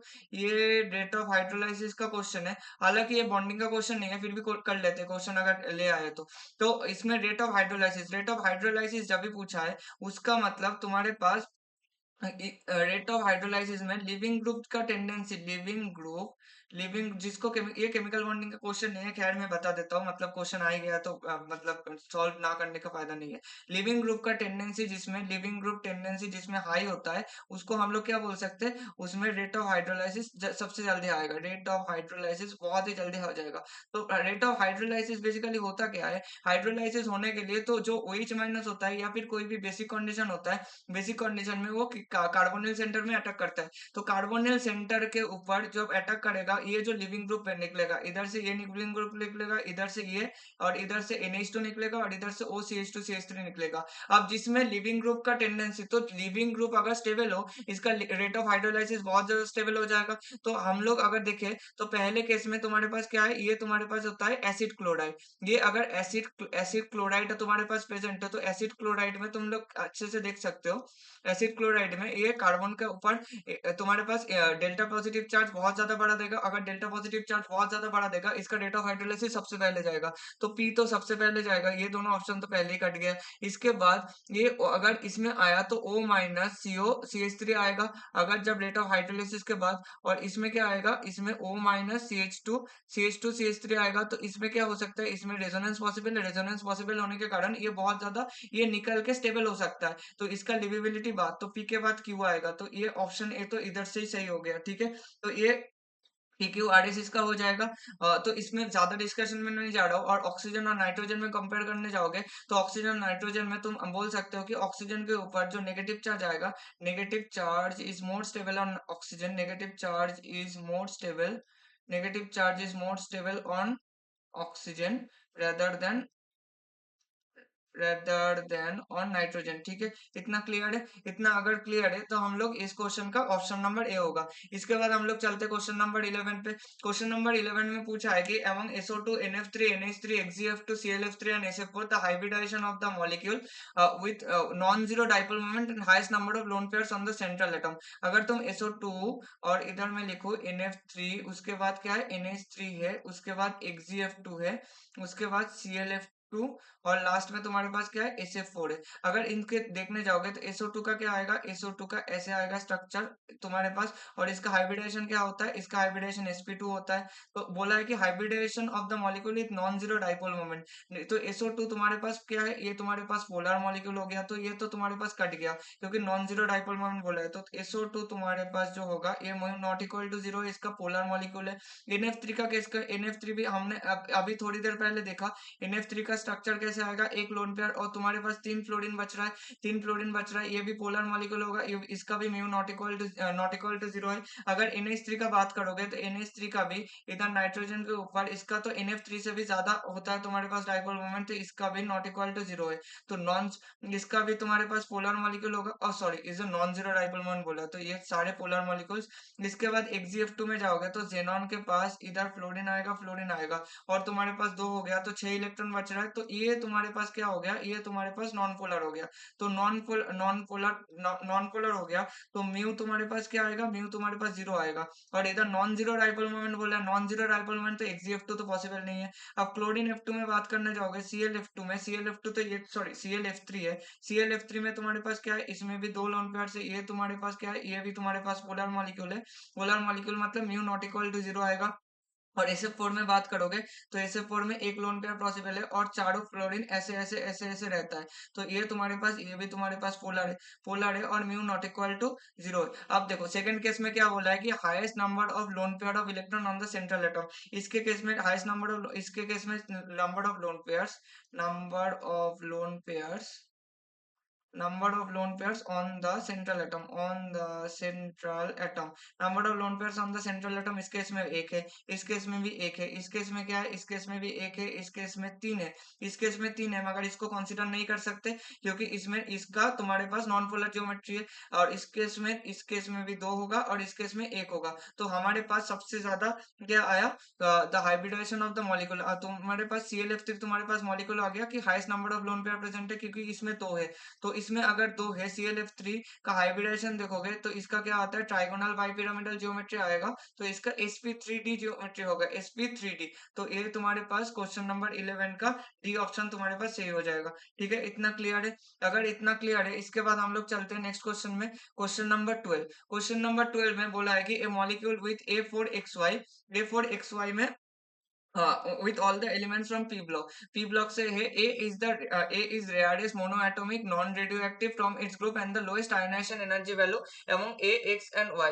तो तुम अगर A में बात करोगे, A तुम्हारे पास क्या बोला है, A तुम्हारे पास रेयरेस्ट बोला है, A रेयर है, और तुम्हारे पास पहली बात तो P block का एलिमेंट है, P block का एलिमेंट है मोनोएटोमिक है, मोनोएटोमिक ये सबसे ज्यादा इंपॉर्टेंट है, मोनोएटोमिक है। और तुम्हारे पास नॉन रेडियो एक्टिव बोला है, मोनोएटोमिक और नॉन रेडियो एक्टिव से सीधा मान सकते हो कि ये जो तुम्हारे पास ए होगा, ये तुम्हारे पास क्या बोल रहा है, जेनॉन के बारे में बात कर रहा है। और इधर बोला है कि X and Y has the first and second highest electronegativity. First मतलब तुम्हारे पास फ्लोरीन होगा एंड सेकंड हाईएस्ट तुम्हारे पास ऑक्सीजन होगा। फ्लोरीन का कितना होता है, 3.98 होता है, तुम 4 मान सकते हो। और ऑक्सीजन का क्या होगा, ऑक्सीजन का 3.5 होगा। तो ये अगर हो रहा है, और अगर ए, तो तुम्हारे पास क्या फॉर्मूला आ रहा है, एक्स जी, और जेनॉन को सॉरी एक्स को तुम्हारे पास, एक्स तुम्हारे पास फ्लोरीन है और वाई तुम्हारे पास ऑक्सीजन है, XgO F4 तुम्हारे पास स्ट्रक्चर हो जाएगा, सॉरी मॉलिक्यूलर फॉर्मूला। तो तुम्हारे पास जेनॉन, ऑक्सीजन और 4 फ्लोरीन इधर ऐसे ऐसे रहेगा, और एक तुम्हारे पास जो जेनॉन का लोन पेयर बच रहा है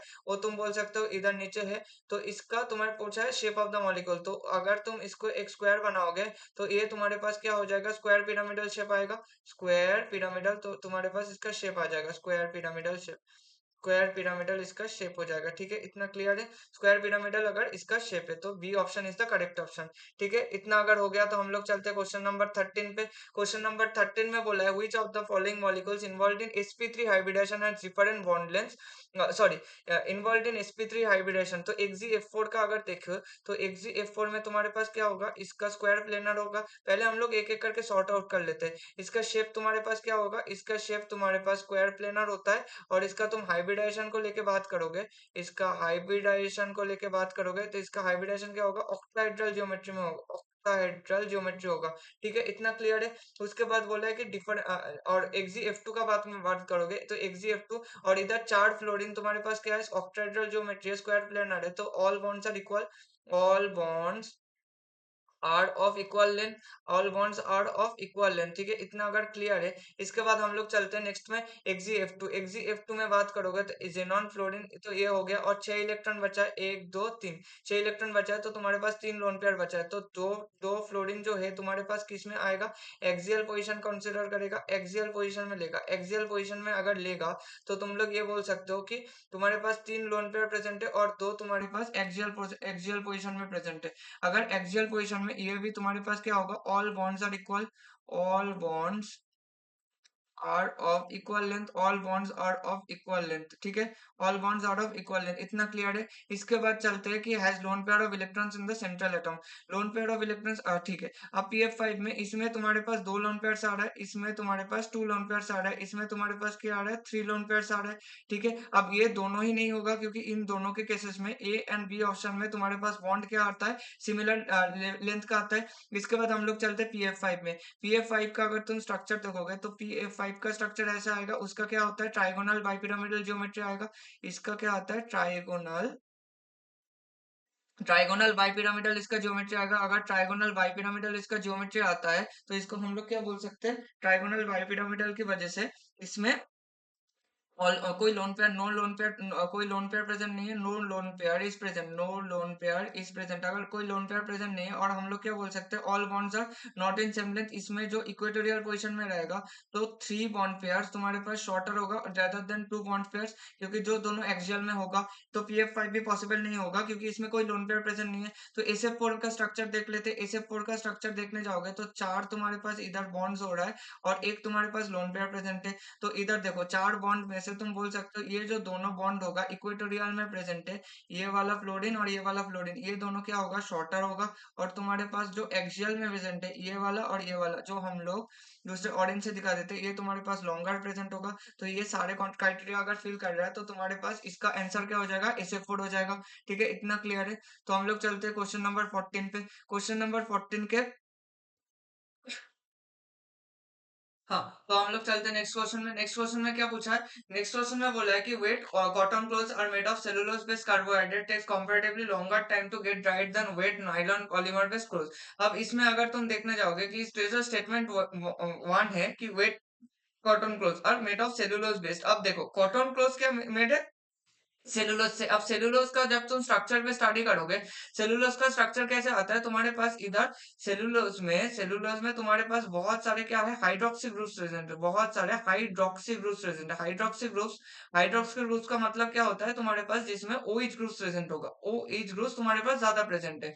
अब OH ग्रुप्स प्रेजेंट है rather than takes comparatively longer time to get dried than wet nylon polymer based cloth। Nylon, जिसमें नायलॉन होता है, नायलॉन में क्या होता है, इसमें हाइड्रोक्सी की जगह एमीन प्रेजेंट होता है, एमाइड प्रेजेंट होता है। अगर एमाइड प्रेजेंट है, इधर CONH ग्रुप प्रेजेंट है, और ये रिपीटेटिव यूनिट्स में पॉलीमर जैसे कॉम्पिटिटिव चलता रहेगा, तो तुम्हारे पास जो इसमें एमाइड प्रेजेंट है, तो देखो एमाइड में मैं नहीं बोल रहा हूँ एमाइड में हाइड्रोजन प्रेजेंट नहीं है, एमाइड में भी हाइड्रोजन प्रेजेंट होगा, मगर ये हाइड्रोजन किससे कनेक्टेड है, ये हाइड्रोजन नाइट्रोजन से कनेक्टेड है। और ये जो हाइड्रोजन कनेक्टेड है, ये हाइड्रोजन किससे कनेक्टेड है, ये हाइड्रोजन ऑक्सीजन के साथ कनेक्टेड होगा। अब मैं क्यों बता रहा हूँ, ये ध्यान से सुनो।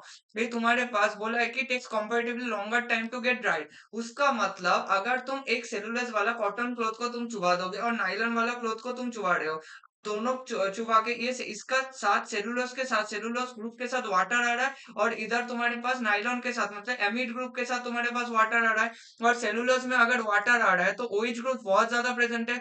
अगर OH ग्रुप ज्यादा प्रेजेंट है तो इसमें क्या हो सकता है, इसमें इंटरमॉलिक्यूलर हाइड्रोजन बॉन्डिंग, इसमें इंटरमॉलिक्यूलर हाइड्रोजन बॉन्डिंग तुम्हारे पास क्या है, इंटरमॉलिक्यूलर हाइड्रोजन बॉन्डिंग तुम्हारे पास ज्यादा होगा। और कॉम्पिटेटिवली देन दिस केस, इस केस में एमाइड है, एमाइड के केसेस में इंटरमॉलिक्यूलर हाइड्रोजन बॉन्डिंग, इस केसेस में इंटरमॉलिक्यूलर हाइड्रोजन बॉन्डिंग इतना जल्दी नहीं हो सकता कि जितने केसेस में सेलुलोज में होगा। तो ये तो तुम्हारे पास पहला स्टेटमेंट तो ट्रू हो जाएगा, क्योंकि इस केसेस में क्या बोल सकते हो कि इसमें कंपैरेटिवली ज्यादा टाइम लगेगा।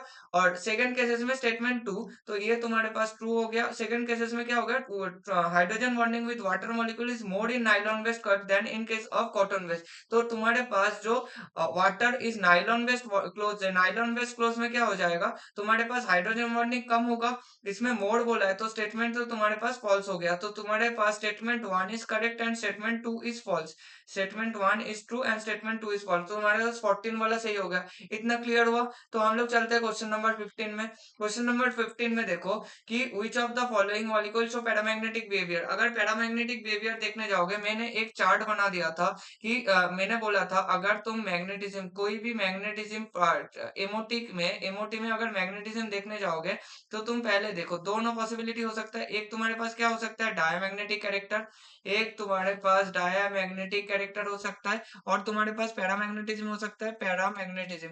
अब डायमैग्नेटिज्म और पैरामैग्नेटिज्म में ध्यान से सुन लो। इसमें तुम्हारे पास क्या हो सकता है, अगर तुम्हारे पास इवन नंबर ऑफ इलेक्ट्रॉन्स हुआ, अगर तुम्हारे पास इवन नंबर ऑफ इलेक्ट्रॉन्स आया और इसमें, और इवन नंबर ऑफ इलेक्ट्रॉन्स में 10 और 16 को छोड़ के, 10 और 16 को एक्सक्लूड करना है, 10 और 16 को क्या करना है, एक्सक्लूड करना है। ये छोड़ के जितने भी तुम्हारे पास प्रेजेंट है, ये तुम्हारे पास क्या हो जाएगा, मतलब ये सेकंड पीरियड के लिए बता रहा हूँ मैं, ये किसके लिए बता रहा हूँ, सेकंड पीरियड के लिए, सेकंड पीरियड एलिमेंट्स के लिए, सेकंड पीरियड एलिमेंट्स के लिए। और पैरामैग्नेटिज्म में क्या इंक्लूड होगा, 10 और 16 इंक्लूड होगा, और जितने भी odd number of electron species है, odd number of electron species. अब तुम इसमें देखने जाओ, इसमें तुम एमओटी बनाने से सबसे बेटर है, तुम अगर ऑक्सीजन की बात करोगे तो ऑक्सीजन में 16 इलेक्ट्रॉन प्रेजेंट है, ऑक्सीजन, नाइट्रोजन, फ्लोरीन, और इधर ये तुम्हारे पास क्या है, सेकंड पीरियड एलिमेंट है। अब सेकंड, और ये तुम्हारे पास क्या है, थर्ड पीरियड। अब सेकंड पीरियड जैसे बिहेव करेगा, थर्ड पीरियड भी ऐसे बिहेव करेगा। अब नाइट्रोजन में 14 आता है, फ्लोरीन में क्या आता है, 18 आता है, तो 14 18 तुम्हारे पास सीधा क्या हो जाएगा, डायमैग्नेटिक हो जाएगा। तो ये पैरामैग्नेटिक तो शो नहीं करने वाला है।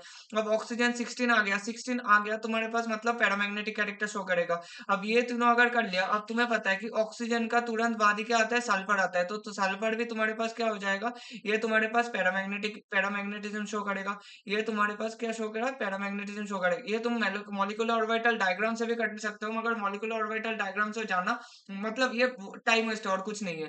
तो तुम जल्दी जल्दी निपटाना चाहोगे तो इस तरह से सोचो, क्योंकि हर एक का मॉलिक्यूलर ऑर्बिटल डायग्राम बनोगे, फिर इलेक्ट्रॉन फुलफिल करोगे, ये बहुत टाइम वेस्ट जाएगा। इसके बाद क्लोरीन में देखो, क्लोरीन में क्या आएगा, क्लोरीन किसका है, क्लोरीन तुम्हारे पास फ्लोरीन का ही भाई है, तो फ्लोरीन का अगर भाई है तो क्लोरीन में भी डायमैग्नेटिज्म शो करेगा। तो तुम्हारे पास इधर ए एंड डी जो ऑप्शन है, ये तुम्हारे पास क्या शो कर रहा है, ये ओनली पैरामैग्नेटिक कैरेक्टर शो कर सकता है। ठीक है, इतना क्लियर है।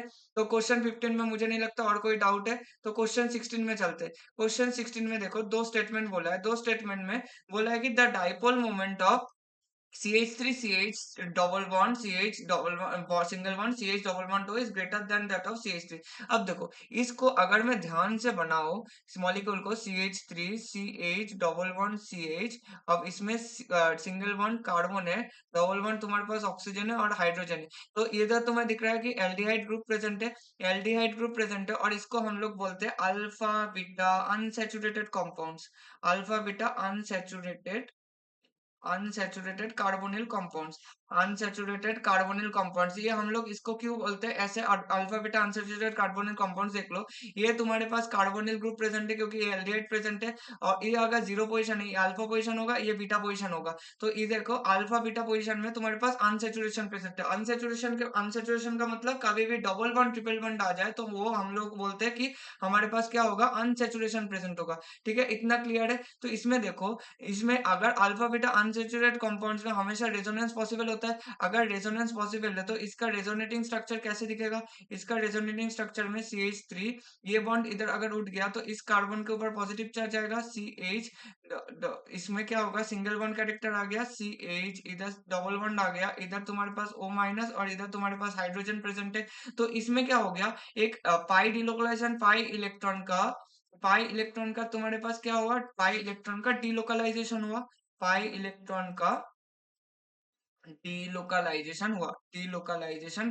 पाई इलेक्ट्रॉन का अगर डिलोकलाइजेशन हुआ तो मैं बोल सकता हूँ कि जो मेरा इलेक्ट्रॉनिक मूवमेंट था ये इसके डायरेक्शन में शिफ्ट हुआ। अगर इसके डायरेक्शन में शिफ्ट हुआ रेदर देन दिस केस, अगले केसेस में क्या था, अगले केसेस में कोई डबल बॉन्ड ऐसा अल्फा बीटा अनसैचुरेशन नहीं था। तो अगर इसमें हो रहा है तो इसमें बोल सकता हूँ कि इसके वजह से एक एक्स्ट्रा चार्ज डेंसिटी का फ्लो हुआ, चार्ज डेंसिटी का फ्लो हुआ तो तुम्हारे पास क्या आएगा, इसमें एक डाइपोल मोमेंट रेदर जनरेशन हुआ, तो इसका डाइपोल मोमेंट ज्यादा होगा। इसके बाद चलते हैं स्टेटमेंट 2 में। स्टेटमेंट 2 है C1 C2 बॉन्ड्स। इसको अगर C1 C2 मान लो तो इसके कार्बन 1 कार्बन 2, कार्बन 1 और कार्बन 2 में मेरे पास, अच्छा कार्बन और कार्बन 2 में इसका रेजोनेंस स्ट्रक्चर में इधर मेरे पास क्या है, इधर मेरे पास डबल बॉन्ड कैरेक्टर है, इधर मेरे पास डबल बॉन्ड कैरेक्टर है। और जब अगर इसका मैं रेजोनेंस हाइब्रिड बनाने लग गया हूँ तो रेजोनेंस हाइब्रिड कैसे दिखेगा, CH3 के साथ सिंगल बॉन्ड था, कार्बन के साथ ये CH था, इसमें क्या हुआ, एक बार डबल बॉन्ड था, एक बार सिंगल बॉन्ड था, इसके बाद भी एक बार डबल बॉन्ड था, एक बार सिंगल बॉन्ड था, इसमें भी कार्बन ऑक्सीजन में भी एक बार डबल बॉन्ड सिंगल बॉन्ड था। तो इस केस में तुम्हारे पास, इसमें मैं बोल सकता हूँ कि मेरे पास क्या आ रहा है, पार्शियल डबल बॉन्ड कैरेक्टर आ रहा है। मैं बोल सकता हूँ मेरे पास क्या आ रहा है, partial double bond character, partial double bond character आ रहा है। अगर मेरे पास पार्शियल डबल बॉन्ड कैरेक्टर आ रहा है तो मैं क्या बोल सकता हूँ, इसका मेरे पास बॉन्ड लेंथ का ही पूछा है ना, तो बॉन्ड लेंथ अगर पार्शियल, अगर बॉन्ड ऑर्डर ज्यादा हो रहा है तो इसका बॉन्ड ऑर्डर क्या है, बॉन्ड ऑर्डर 1.5 है। अगर बॉन्ड ऑर्डर 1.5 है तो तुम्हारे पास बॉन्ड लेंथ क्या हो जाएगा, बॉन्ड लेंथ घटेगा, जस्ट अ सेकंड, हाँ, बॉन्ड लेंथ तुम्हारे पास घट रहा है, बॉन्ड लेंथ घट रहा है, तो बॉन्ड लेंथ तुम्हारे पास घट रहा है तो इस ग्रेटर, तो ग्रेटर तो नहीं होगा, तो अगर statement two bond length, sorry bond order बढ़ रहा है तो बॉन्ड लेंथ घट रहा है, और इसका बोला है कि is greater than that of ये, तो ये तो स्टेटमेंट 2 तो तुम्हारे पास गलत हो गया। ठीक है, तो तुम्हारे पास statement 1 is true but statement 2 is false, तो तुम्हारे पास 15 का जो होगा, 15 का ऑप्शन नंबर बी आ जाएगा। ठीक है, इतना क्लियर है। इसके बाद हम लोग चलते हैं नेक्स्ट क्वेश्चन में। ठीक है, तो तुम्हारे हमारे पास question number, sorry question number 16 हो गया ना, हाँ क्वेश्चन नंबर 16 हो गया, तो हम लोग क्वेश्चन नंबर 17 में चलते हैं। अब देखो क्वेश्चन नंबर 17 में घुमा फिरा के फिर ClF3 के बारे में पूछ रहा है, ClF3 के बारे में इतना ज्यादा पूछ रहा है तो ClF3 का मतलब स्ट्रक्चर करके जाना। अब देखो स्टेटमेंट 1 में ये बहुत लोगों ने गलत किया था कि स्टेटमेंट 1 बोला है कि ऑल थ्री पॉसिबल स्ट्रक्चर में ड्रॉन एज फॉलोज, इसमें नहीं बोल रहा है कि जो ClF3 का जो स्ट्रक्चर होगा ये एक सिंगल, तुम्हें भी पता है कि जो ClF3 का आगे ये सिंगल स्ट्रक्चर होता है। और सिंगल स्ट्रक्चर इसमें क्या मेंशन किया है, इसमें पॉसिबल स्ट्रक्चर्स बोला है। पॉसिबिलिटी तो ये तीनों पॉसिबिलिटी हो ना, इसमें देखो इलेक्ट्रॉन काउंट अगर सही आ रहा है, इलेक्ट्रॉन काउंट सही आ रहा है तो तुम बोल सकते हो कि तुम्हारे पास पॉसिबिलिटी सही है, मतलब पॉसिबल इलेक्ट्रॉन तो पॉसिबल स्ट्रक्चर्स हो सकता है, तो ये भी पॉसिबल स्ट्रक्चर है, ये भी, तीनों तुम्हारे पास क्या हो जाएगा, पॉसिबल स्ट्रक्चर्स हो रहा है। पॉसिबल स्ट्रक्चर्स में ध्यान से सुनो, इसमें क्या होगा, बोला है कि स्टेटमेंट 3 इज मोस्ट स्टेबल। अब स्टेटमेंट 2 में चलते हैं कि structure 3 is most stable as the orbitals having the lone pairs are axial. इसमें तुम्हारे पास क्या है, इसमें जो ClF3 का हम लोग अगर स्ट्रक्चर बनाए, तुम्हें पता है कि जो एक्सियल में क्या जाता है, एक्सियल में हमेशा फ्लोरीन जाता है, और एक तो जगह नहीं है तो इक्वेटोरियल में रहेगा, और दोनों तुम्हारे पास जो लोन पेयर्स है, ये दोनों लोन पेयर्स तुम्हारे पास इक्वेटोरियल पोजिशन में रहेगा। तो तुम्हारे पास जो दोनों लोन पेयर्स है, two lone pairs are in equatorial position, are in the equatorial position. और तुम्हारे पास अगर मैं बात करूं, जो ये फ्लोरीन है, ये वाला जो फ्लोरीन है, ये दोनों फ्लोरीन तुम्हारे पास क्या आ जाएगा, एक्सियल पोजीशन में आएगा, और ये वाला जो फ्लोरीन होगा ये भी एक्सियल पोजीशन में आएगा। ये दोनों अगर एक्सियल पोजीशन में आ रहा है तो तुम्हारे पास स्ट्रक्चर 1 जो है ये तुम्हारे पास, तुम्हें पता है कि सबसे अप्रोप्रिएट स्ट्रक्चर है।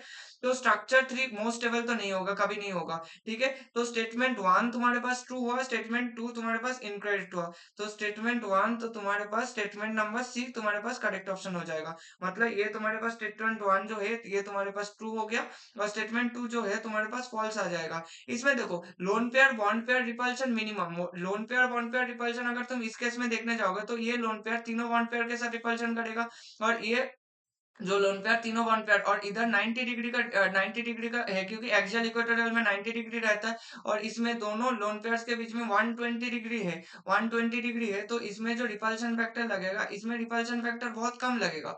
ठीक है, इतना क्लियर है। अगर इतना क्लियर है तो हम लोग चलते नेक्स्ट क्वेश्चन में। 17 क्वेश्चन हो गया। 18th पे चलते। 18th में देखो तुम्हारे पास क्या बोला है कि list one and list two दिया है। List one and list two में ICl2 इधर ICl2 minus H2O SO2 and XeF4 और lone pair and bond pair. तो सबसे सिंपल फंडा क्या है, तुम इससे स्ट्रक्चर्स बना लो।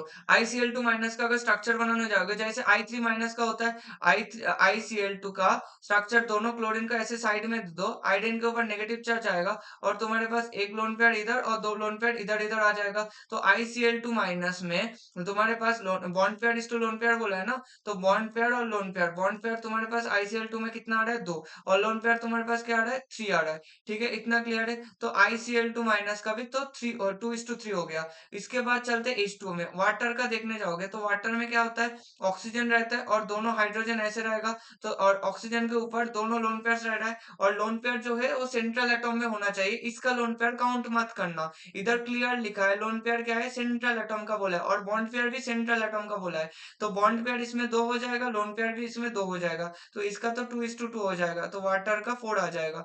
इसके बाद हम लोग चलते इसमें SO2 का केसेस में।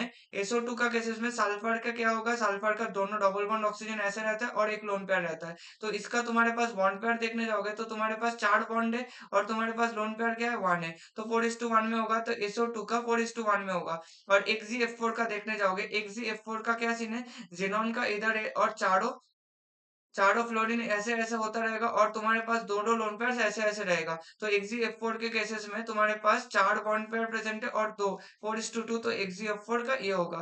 तो हम लोग अगर करें तो A का 3 आएगा, A का 3 आएगा और B का 4, तो A और C तो गया। उसके बाद C ऑप्शन का 2 जाएगा, तो तुम्हारे पास D ऑप्शन करेक्ट हो गया। ठीक है? ये क्वेश्चन तो हालांकि बहुत ज्यादा आसान था। ठीक है, और इसका तो स्ट्रक्चर हाइब्रिडाइजेशन वाला जो कॉन्सेप्ट है ना, हाइब्रिडाइजेशन वाला कॉन्सेप्ट बहुत अच्छे से पढ़ के जाओ। इसके बाद हम लोग चलते हैं क्वेश्चन नंबर 19 पे। क्वेश्चन नंबर 19 में क्या बोला है कि सिस 1,2 डाइक्लोरोइथिन, सिस 1,2 डाइक्लोरोइथिन का स्ट्रक्चर कैसे आएगा, इधर क्लोरीन है, इधर तुम्हारे पास सिस 1,2 डाइक्लोरोइथिन और डाइब्रोमो इथिन का ऐसे होगा। ठीक है, अब इसमें देखो, इसमें ध्यान से अगर तुम देखोगे तो 19th क्वेश्चन में इधर क्या बोल रखा है, इधर बोल रखा है जो सीज 1,2 डाइक्लोरीन है ये मोर पोलर है rather than cis 1,2 dibromoethane. अब देखो इसमें क्या होता है, रेजोनेंस पॉसिबल हो सकता है कि क्लोरीन का एक लोन पेयर इधर जाता है और ये डबल बॉन्ड इधर घूम के ऊपर उठ जाता है इस क्लोरीन के ऊपर। मतलब अगर मैं स्ट्रक्चर बनाने जाऊँ तो स्ट्रक्चर इसका कैसे आएगा, इधर क्लोरीन ने डोनेशन किया, क्लोरीन ने अगर डोनेशन किया होगा तो क्लोरीन के ऊपर क्या आएगा, सीधा पॉजिटिव चार्ज आएगा। इधर सिंगल बॉन्ड जो था ये डबल बॉन्ड कैरेक्टर आएगा और ये जो डबल बॉन्ड था ये सिंगल वन कैरेक्टर में और ऊपर वाला सेकंड वाला Cl माइनस में हो जाएगा।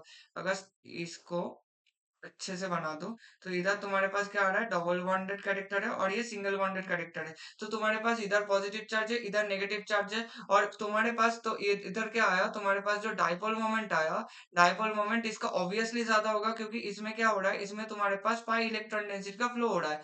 तो हमारे पास जो लोन पेयर है Cl प्लस Cl माइनस, तो तुम्हारे पास एक चार्ज डाइपोल ऐसे क्रिएट हो जाएगा। ठीक है, अब ब्रोमीन के केसेस में भी तो लोन पेयर है, तो भैया ब्रोमीन के केसेस में क्यों नहीं हुआ। अब देखो क्लोरीन का ये इफेक्टिव क्यों होगा, क्योंकि क्लोरीन डोनेट करेगा 3p से और कार्बन का गया है 2p है। अब क्लोरीन का 3p 2p 5 बॉन्ड बहुत ज्यादा स्टेबल होता है रेदर देन तुम्हारे पास ये ब्रोमीन कहाँ से डोनेट करेगा, ब्रोमीन डोनेट करेगा 4p से और कार्बन का कौन सा है 2p है। तो इसमें तुम्हारे पास 2p पाई और 4p पाई का 4p पाई फॉर्मेशन होगा और इस केस में तुम्हारे पास क्या आ रहा है, इस केस में तुम्हारे पास 2p पाई 3p पाई आ रहा है और तुम्हें अच्छे से पता है रादर देन 2p पाई 3p पाई तुम्हारे पास 2p पाई 3p पाई स्ट्रेन बॉन्ड स्ट्रेंथ बहुत ज्यादा होगा रादर देन 2p पाई 4p पाई और 2p पाई 4p पाई उतना ज्यादा स्टेबल भी नहीं हो सकता।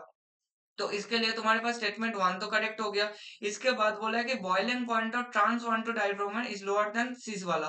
तो ये सीस वाला तो हम लोगों ने बना लिया, अब ट्रांस वाला देख लेते हैं। ट्रांस वाले में ये वाला होगा, ये इसको ट्रांस बोलते हैं, दोनों अपोजिट साइड में है तो इसके लिए हम लोग इसको ट्रांस बोल रहे हैं। अब ट्रांस में क्या होगा, अच्छे से देखो, इसका बॉइलिंग पॉइंट ज्यादा किसका होता है? इसमें अगर देखो, इसको तो हम लोग नॉन पोलर नहीं बोल सकते, क्योंकि ये पोलर मॉलिक्यूल है। मैंने क्या बोला, 2p/4p नहीं होगा, मगर इसका दोनों ब्रोमीन एक साथ एक जगह से है, तो इसका dipole moment mu not equal to zero तो होगा ना। ये तुम्हारे पास पोलर मॉलिक्यूल आ जाएगा। ये जो सीस वाला है तुम्हारे पास, सीस वाला तुम्हारे पास क्या आ जाएगा, पोलर मॉलिक्यूल आ जाएगा।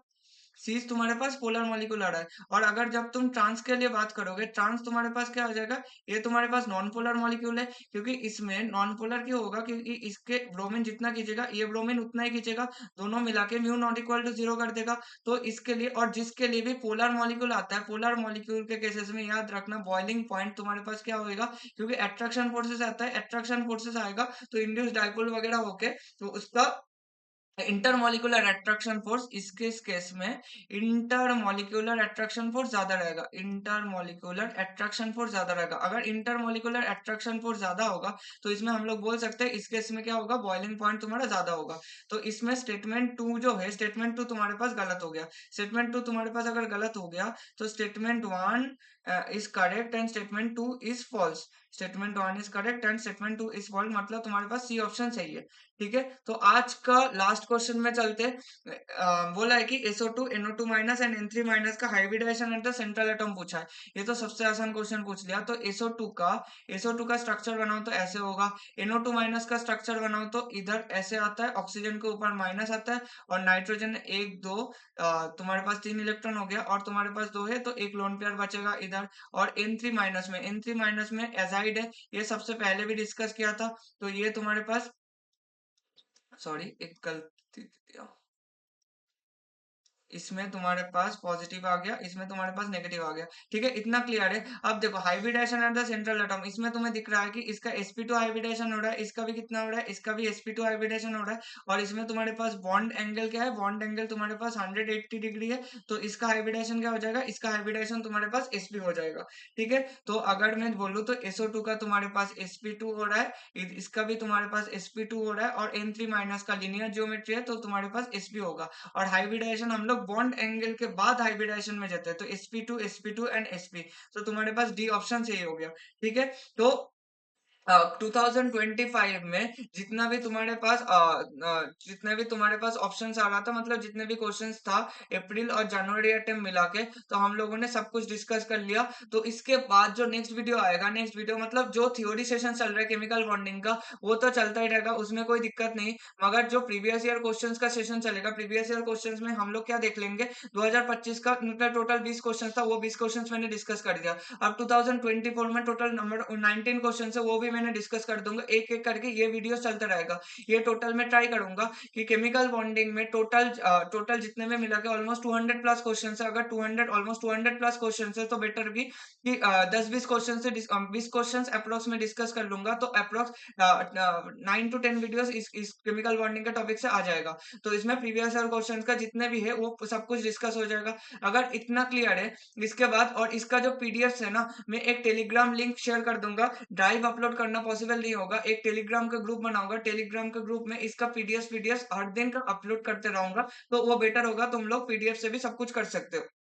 ठीक है, अगर इतना क्लियर है, अब देखो एक बात कि हम लोग प्रीवियस ईयर क्वेश्चंस डिस्कस कर रहे हैं, सब कुछ कर रहे हैं, तो एक चीज तुम्हें और भी करना है, खुद से मेहनत करना है। तुम खुद से एक बार चैप्टर पढ़ के आओ, ये नहीं कि भैया तो चैप्टर क्वेश्चंस डिस्कस ही कर देंगे, तो वो क्वेश्चंस देख के मतलब मैं बस छाप के ले लेता हूँ, कोई दिक्कत नहीं होगा। मतलब कॉपी में क्वेश्चंस लिखो छाप लो, क्वेश्चंस लिखो छाप लो, उससे कोई फायदा नहीं होगा। जितना अच्छे से तुम उसका टॉपिक को अच्छे से पढ़ के आओगे, उतना बेनिफिशियल होता है ये प्रीवियस ईयर क्वेश्चंस। ठीक है, तो हाँ, आज के लिए इतना ही था। और मैंने वीडियो में इंट्रोडक्शन में बोला था कि बस मेहनत बहुत ज्यादा करना है और खुद को धोखा मत देना। ठीक है, तो इतना ही था। तो मिलते हैं नेक्स्ट वीडियो में। नेक्स्ट वीडियो में 2024 JEE mains previous year questions करेंगे। और तुम्हारे पास जो थ्योरी सेशन चलते जा रहा है केमिकल बॉन्डिंग का, उसको थोड़ा सा सपोर्ट कर देना। अगर अच्छा लगा तो शेयर करना, ना अच्छा लगा तो शेयर मत करना, जो भी करना है बस। अगर अपना फायदा हो रहा है तो वीडियो को कंटिन्यूअसली देखना। ठीक है, तो आज के लिए इतना ही था, मिलते हैं नेक्स्ट वीडियो में।